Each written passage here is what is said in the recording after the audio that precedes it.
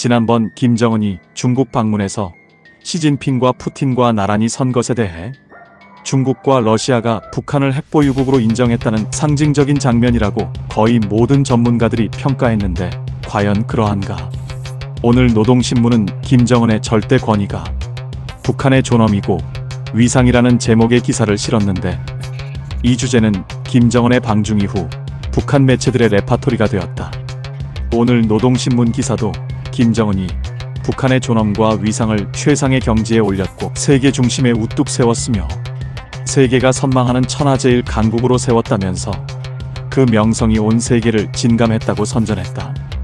또한 북한을 축으로 하는 세계 정치 구도를 새롭게 정립한 북한의 존엄, 대외적 지위와 영향력을 최상의 경지에 올려 세웠다고 했다.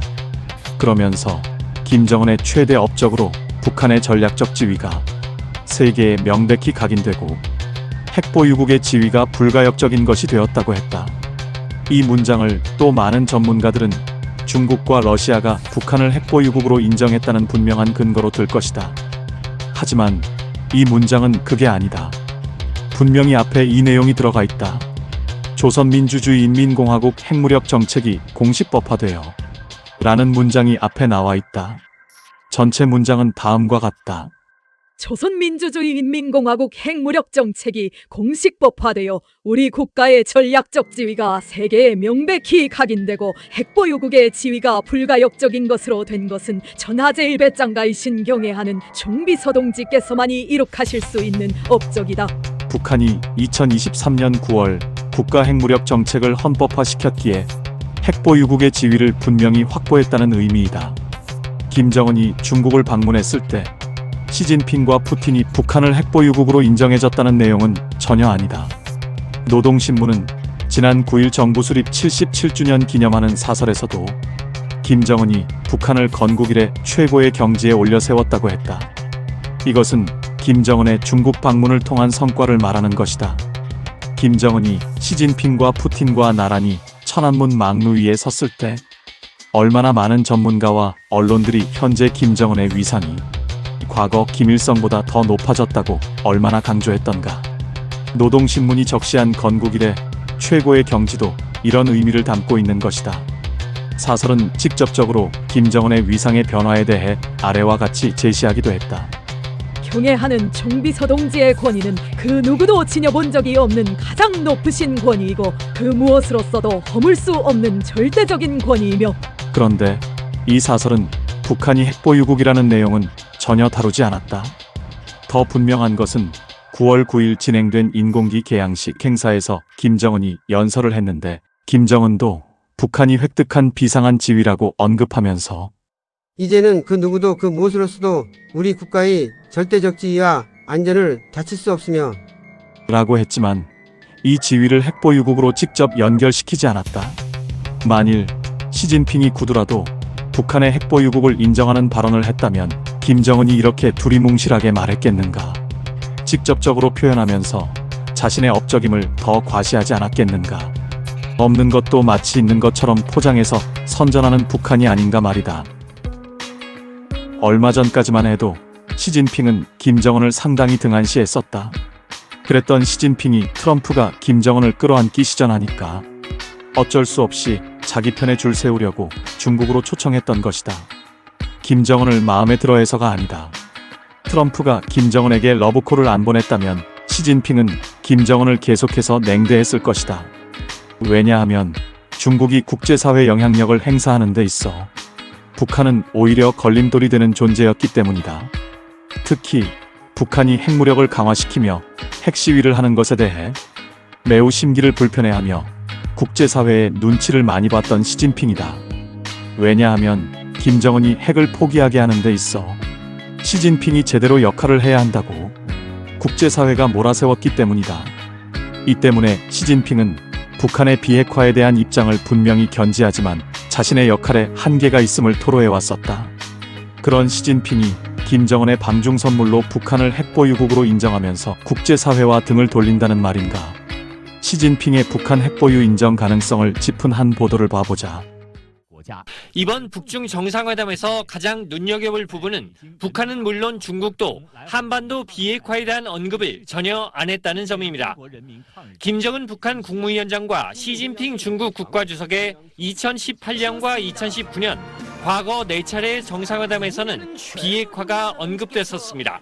최고령도자 동지께서는 조선반도의 비핵화 목표를 견지하고 하지만 이번엔 비핵화 언급은 사라졌고 중국이 북한의 핵 보유를 사실상 인정한 것 아니냐는 분석으로 이어지고 있습니다.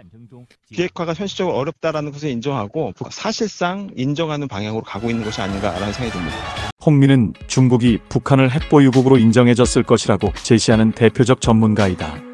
하지만 방송은 북중 정상회담에서 비핵화 언급은 없었지만 핵보유라는 언급도 없었다는 것을 상기시키며 북러 회담과는 확실히 다른 분위기였다고 보도했다. 다만 한반도와 북핵 문제에 대한 양국의 이해관계가 일치했다고 보기는 어렵습니다. 북한과 달리 중국만 한반도의 평화와 안정이라는 표현을 내놨고 북한은 양국 입장의 차이 때문인 듯 각자 입장을 상호 통보했다고 보도했습니다. 대외 관계 분야에서 두 나라 당과 정부가 견제하고 있는 자주적인 정책적 입장들에 대해 호상 통보하셨습니다. 북러의 분위기와는 사뭇 다릅니다. 양국 지도부의 의견들이 폭넓게 교환되고 완전 일치한 입장을 확인했습니다. 북러 회담 시에는 양국의 입장이 완전히 일치했음을 확인했다고 했는데 반대로 중국과는 그러지 못했다는 것을 짚은 보도 내용이었다. 경제 분야에서도 중국 신화통신은 김 위원장이 정상회담에서 북중 경제협력을 심화해 더 많은 성과를 거두길 희망한다는 말을 했다고 보도했지만 북한은 고위급 왕래와 전략적 의사소통에 대해서 허심탄회하게 의견을 교환했다고만 밝혀 양국 간 실질적 합의는 없었던 것 아니냐는 관측도 나오고 있습니다. 결국 이 방송 보도는 후자에 더 무게를 싣고 있었다. 김정은도 중국에서 돌아와서 중국 방문 성과에 대해서 구체적으로 나열하지 않았을 뿐만 아니라 북한 매체들도 중국 방문이라는 내용의 보도도 거의 하지 않았다. 만일 시진핑이 핵보유국으로 인정하는 발언을 했다면 북한이 이 정도 수준으로 보도를 하지 않을 것이다. 현실적으로 시진핑이 북한을 핵보유국으로 인정해준다는 것은 쉽지 않은 일이다. 미국과 패권 경쟁을 하는 중국으로서는 지원군이 하나라도 더 필요한 마당인데 북한을 핵보유국으로 공식 인정하는 것은 기존의 자기 편들을 잃을 수 있는 모험이 아닐 수 없다. 또 북한을 핵보유국으로 인정하게 되면 일본, 대한민국, 대만 등 동북아의 핵 확산이 퍼질 것은 뻔한 일인데 이것이야말로 시진핑이 가장 싫어하는 시나리오 아닌가. 시진핑이 이번에 어쩔 수 없이 국제적 깡패인 러시아와 북한과 손잡으며 북중러 삼각동맹 체제를 꾸렸지만 북한을 핵보유국으로 인정하는 것은 오히려 중국의 국익에 상당한 리스크를 초래하는 것임을 시진핑이 누구보다 잘 알고 있다.